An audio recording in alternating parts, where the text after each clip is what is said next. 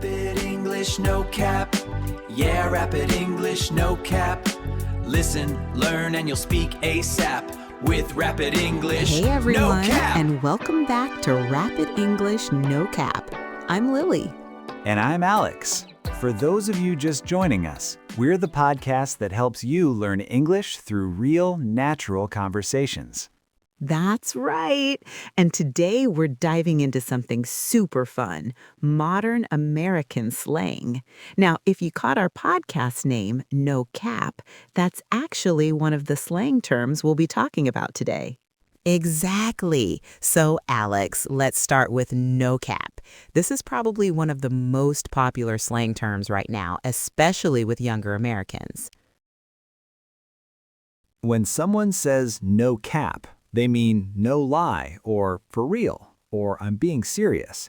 So if I said, that movie was amazing, no cap, I'm emphasizing that I really mean it. Right, exactly. And the opposite would be cap, which means lie. Like if someone tells you an unbelievable story, you might say, that's cap, meaning that's a lie. Perfect example. Now, let's talk about another really popular one, slay. Lily, you use this one a lot. I do. Slay means to do something really well, to excel, or to look amazing. Like, if my friend gives a great presentation at work, I might text her, you slayed that presentation. The formal way to say this would be, you did excellent work, or you performed brilliantly. That's such a good explanation, yeah. Or if someone's wearing a really stylish outfit, you could say, you're slaying that look. It's basically giving someone a big compliment about their performance or appearance. Love that. Now, here's one that might confuse English learners. It's giving. This phrase is used to describe what vibe or feeling something reminds you of. Oh yeah, this one's tricky. So, if I see someone wearing a really fancy suit, I might say, it's giving CEO vibes, or just, it's giving CEO. The formal way would be, it reminds me of, or it looks like something a CEO would wear. Exactly. Or if it's raining and gloomy outside, I might say, the weather is giving sad movie vibes. It's just a creative way to compare something to a feeling or image. That's a perfect example.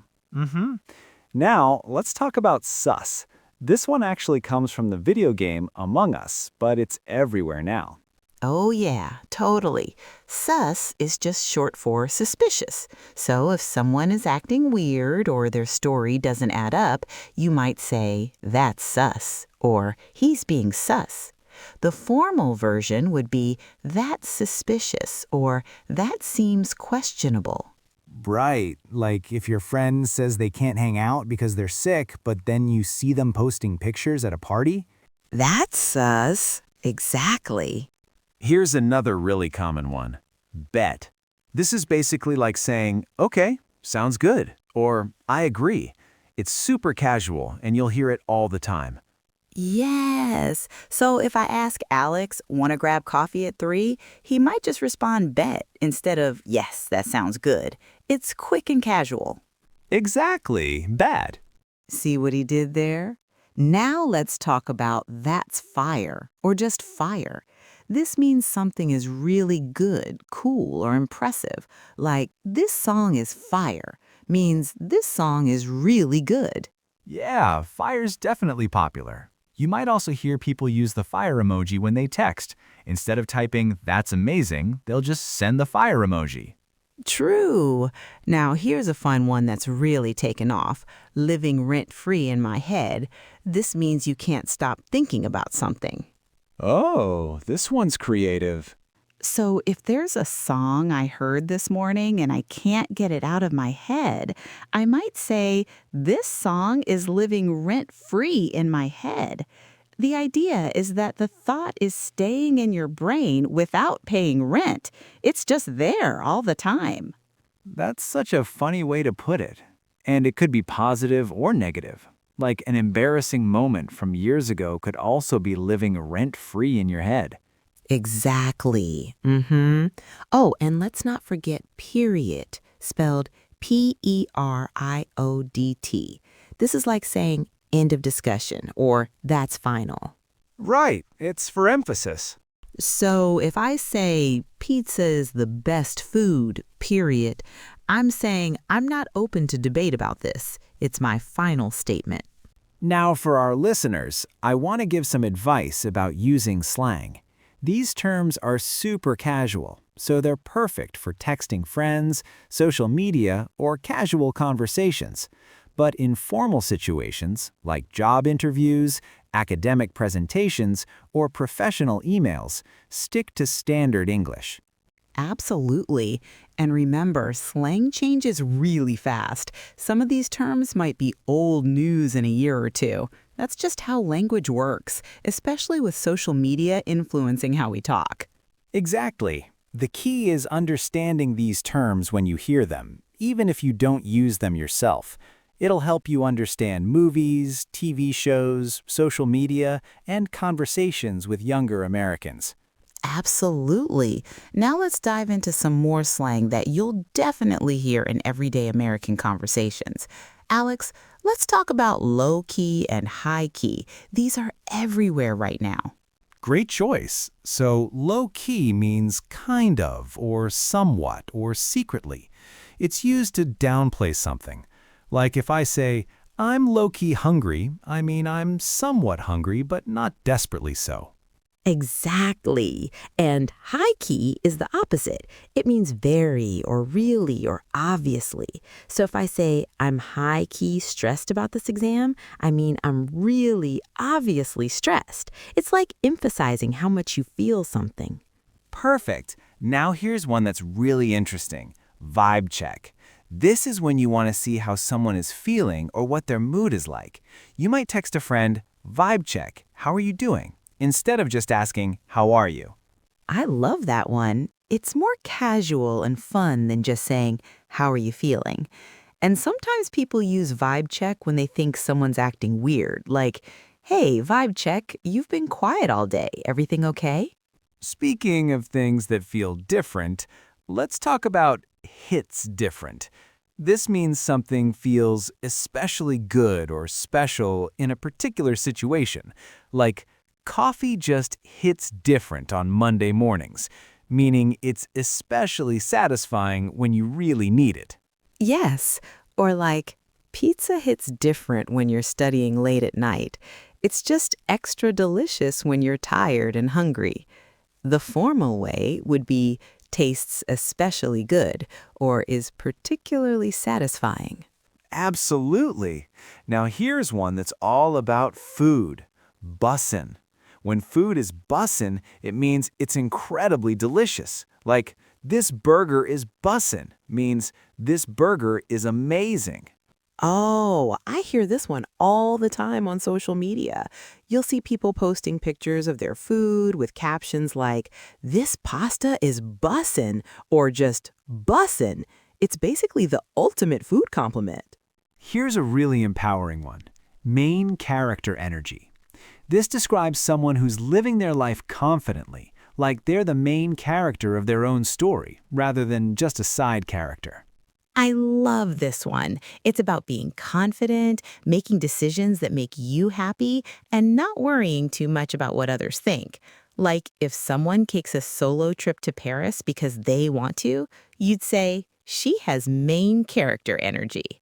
Exactly. Now let's talk about say less. This is a quick way to say, I understand, or you don't need to explain further, or I'm already convinced. If I tell you there's free pizza in the break room, you might just respond, say less, and head straight there. Perfect example. It's like saying, you had me at free pizza. Or if I'm trying to convince you to watch a new show and I mention it has dragons and magic, you might say less if you're already interested. Now here's one that's specifically about music. Slaps. When a song slaps, it means it's really catchy and good. Like, this new track absolutely slaps. The formal way would be, this song is excellent, or this music is really good. Yes, and you know a song slaps when you hear it and immediately want to turn up the volume or start dancing. It's that instant reaction of, this is a great song. Now, let's talk about something really important for English learners: context. All of this slang we've discussed is very casual and informal. You want to be careful about when and where you use it.